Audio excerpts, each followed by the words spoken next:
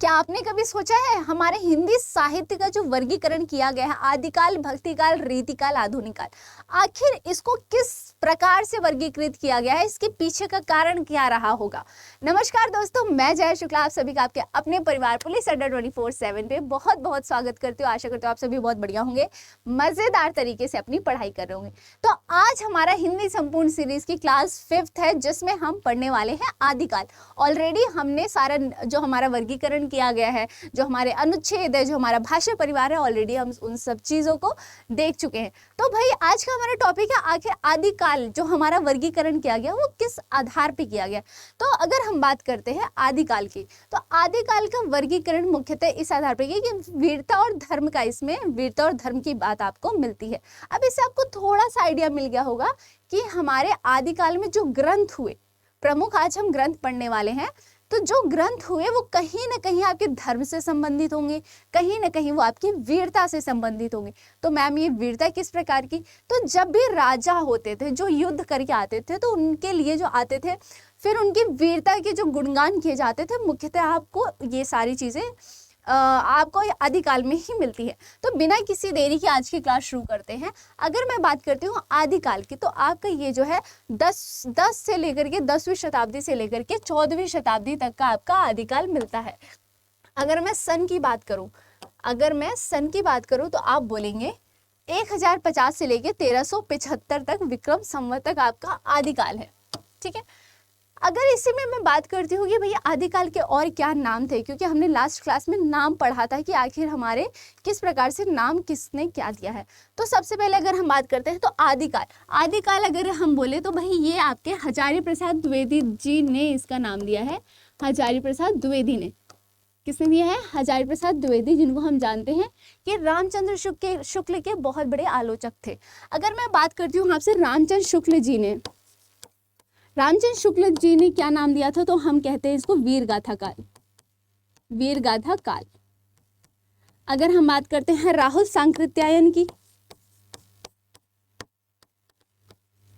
सांकृत्यायन ने क्या नाम दिया, तो राहुल सांकृत्यायन आदिकाल को कहते हैं सिद्ध सामंत काल। क्या कहते हैं? सिद्ध सामंत काल। मैं मुख्यतः वाले बता रही हूँ, ऑलरेडी हम इसको पढ़ भी चुके हैं, एक तरह से रिवाइज है। अगर मैं बात करती हूँ रामचंद्र शुक्ल, तो इन्होंने वीरगाथा काल कहा। राहुल सांकृत्यायन की अगर हम बात करते हैं तो इन्होंने क्या कहा है? सिद्ध सामंत काल कहा है। वहीं हम विश्वनाथ प्रसाद मिश्र की अगर बात करें, विश्वनाथ प्रसाद की अगर बात करते हैं तो ये कहते हैं वीर काल।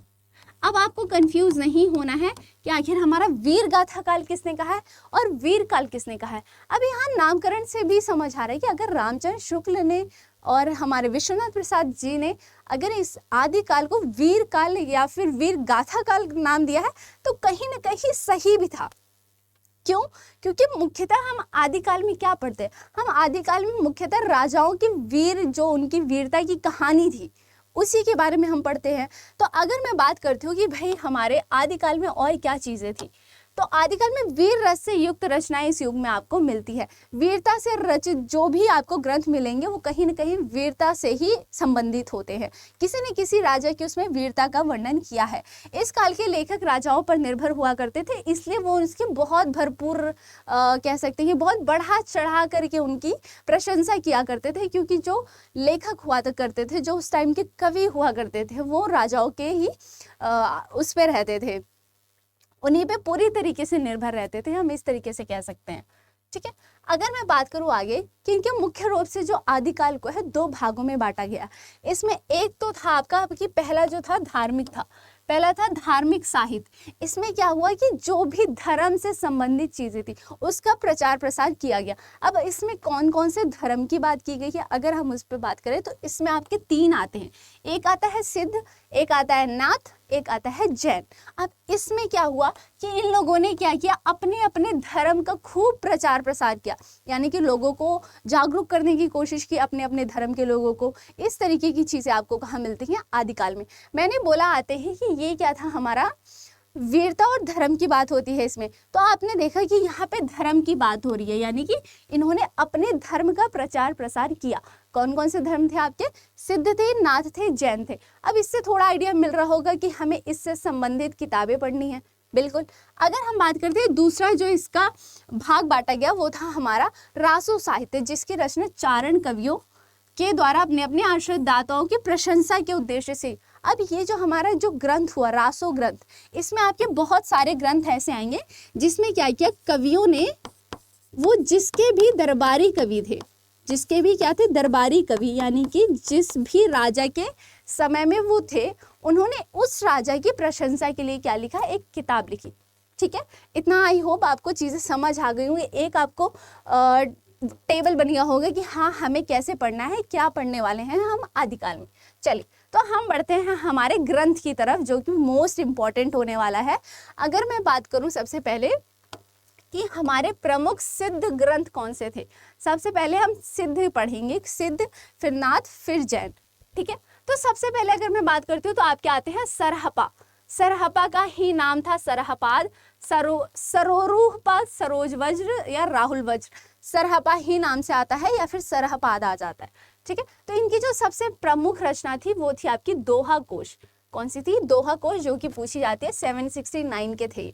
ठीक है, अगर मैं बात करूं इसमें शबरपा, शबरपा की थी चर्यापद, शबरपा की थी चर्यापद। जो मैं हाईलाइट कर रही हूँ आपको सिर्फ और सिर्फ वही याद करना है, पर उसको छोड़ना नहीं है। ठीक है, चलिए अगर मैं बात करती हूँ डोम्बिपा की, डोम्बिपा की थी डोम्बी गीतिका, डोम्बी से ही आप इसको याद कर सकते हैं। योगचर्या थी और अक्षर द्विकोपदेश था, ये द्विकोपदेश है। ठीक है, अक्षर द्विकोपदेश। अगर मैं बात करूं कन्हपा की तो ये था डोमिनी गीत। अब इसमें आपको क्या याद करना है, एक दोहा कोश याद करना है, एक चर्यापद, एक डोम्बी गीतिका, योगचर्या बहुत पूछा जाता है, अक्षर द्विकोपदेश। देखो डोम्बिपा की आपको सारे ही याद करने पड़ेंगे, ये इतना ज्यादा इंपॉर्टेंट नहीं है। कुक्कुरिपा और वेरुपा या फिर लुइपा जो है, इनके कोई ग्रंथ हमें नहीं मिलते। ठीक है, चलिए अगर हम बात करते हैं जैन ग्रंथ की, कि जैन ग्रंथ जिन्होंने, जो जैन थे जिन्होंने अपने धर्म का प्रचार प्रसार किया, उनकी कौन कौन से जो प्रमुख थे, वो कौन कौन से ग्रंथ थे। तो सबसे पहले जैन ग्रंथ में आपके आते हैं देवसेन आते हैं।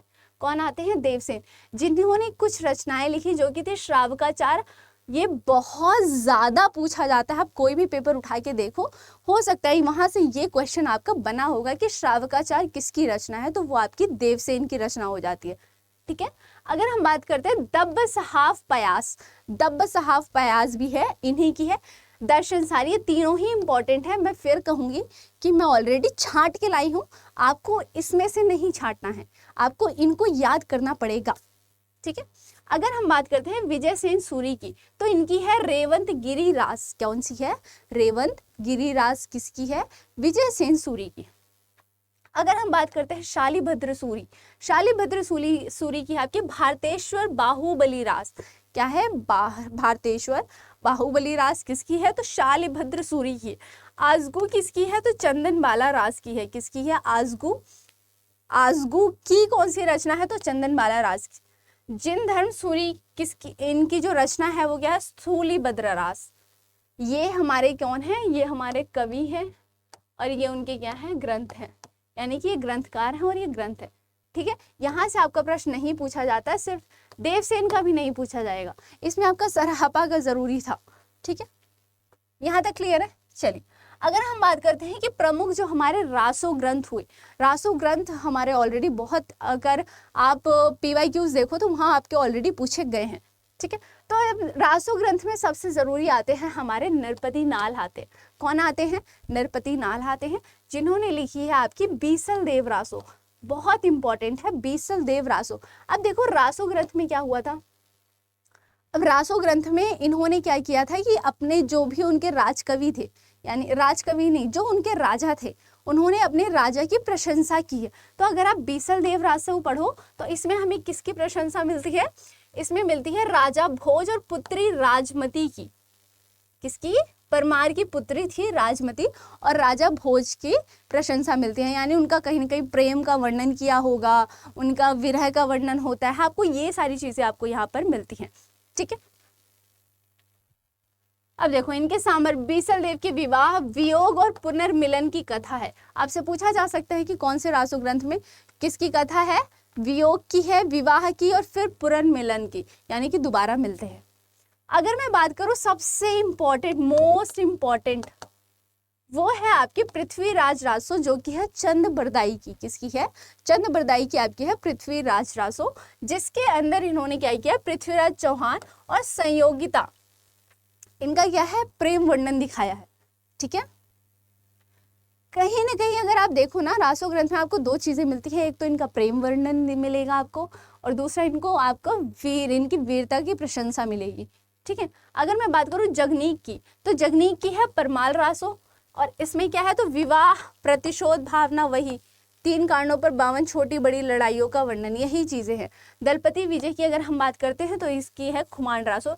ये बहुत ज्यादा इंपॉर्टेंट है, जो कि आपको याद होनी चाहिए। एक साथ मेरे साथ एक बार दोबारा से पढ़ो कि नरपति नाल की कौन सी है? नरपति नाल बीसल देव रासो। क्या है? नरपति नाल की है बीसल देव, चंद बरदाई की है आपकी पृथ्वीराज रासो, जगनीक की है आपकी परमाल रासो, और हम बात करते हैं दलपति विजय की, तो वो है खुमान। कैसे याद कर सकते हो? विजय से हमें, जब हम जीत जाते हैं तो उससे क्या कहते हैं ना, अरे बहुत घमंड आ गया है इस इंसान को, है ना। तो खुमान का क्या होता है? खुमान का अर्थ ही होता है घमंड, तो ऐसे याद कर सकते हो। विजय से क्या होती है? खुमान यानी घमंड आता है। जगनीक से परमाल, कैसे याद करोगे इसे? लगा लो कुछ अच्छा सा ट्रिक। चंद बरदाई है, पृथ्वीराज है, कह सकते हैं चंद दिनों का राज, है ना, इस तरीके से चंद दिनों का राज, इस तरीके से याद कर सकते हो। नरपति नाल की है, ये बीसल देव रासो है। ठीक है, तो ये हैं आपके जो प्रमुख ग्रंथ आपके आदिकाल के। अगर हम बात करते हैं आगे दलपति विजय की खुमान रासो, फिर हम कहते हैं नल सिंह विजयपाल है, सारंगधर की है हमीर रासो। बहुत इंपॉर्टेंट है, आपके सारे रासो ग्रंथ बिल्कुल भी छोड़ना नहीं है, इसमें से आपका एक एक क्वेश्चन पूछा जा सकता है। ठीक है, अगर हम बात करते हैं भट्ट केदार की, तो ये जयचंद प्रकाश, और सेम इनकी है मधुकर कवि की। मधुकर कवि से आपसे पूछा जाता है, बहुत प्रश्न पूछा जाता है। मधुकर कवि की आपकी है जय मयंक जस चंद्रिका। किसकी है? जय मयंक जस चंद्रिका आपकी मधुकर कवि की है। आई होप यहाँ तक चीजें क्लियर होंगी। ठीक है, यहाँ तक क्लियर है? तो ये थे जो आपके प्रमुख रासो ग्रंथ थे। ठीक है, और यहाँ पर आपका जितने भी रासो ग्रंथ थे, या फिर जो आपके जैन या फिर जो सिद्धनाथ वाले ग्रंथ थे, वो सभी यहाँ कंप्लीट होते हैं। नेक्स्ट क्लास में हम आगे की चीज़ें करेंगे और बहुत शॉर्ट में करने की कोशिश करेंगे। आई होप आपको क्लास अच्छी लगी होगी। डेली हमारी होती है हिंदी व्याकरण की क्लास, जो कि सुबह 11 बजे होती है पुलिस अड्डा 24/7 पे ही। और हमारे ये सीरीज़ में हम क्या कर रहे हैं, तो हिंदी साहित्य को बहुत शॉर्ट में और मेन चीज़ें कम टाइम में पढ़ने की कोशिश कर रहे हो। कोशिश करते हैं कि क्लास में ही चीज़ें याद हो जाए। ठीक है, तो यहाँ तक जुड़े रहने के लिए आपका बहुत बहुत शुक्रिया। मिलते हैं अगली क्लास में, तब तक के लिए अपना ध्यान रखिए, अपनों का ध्यान रखिए, खुश रहिए, अच्छे से पढ़ते रहिए। जय हिंद।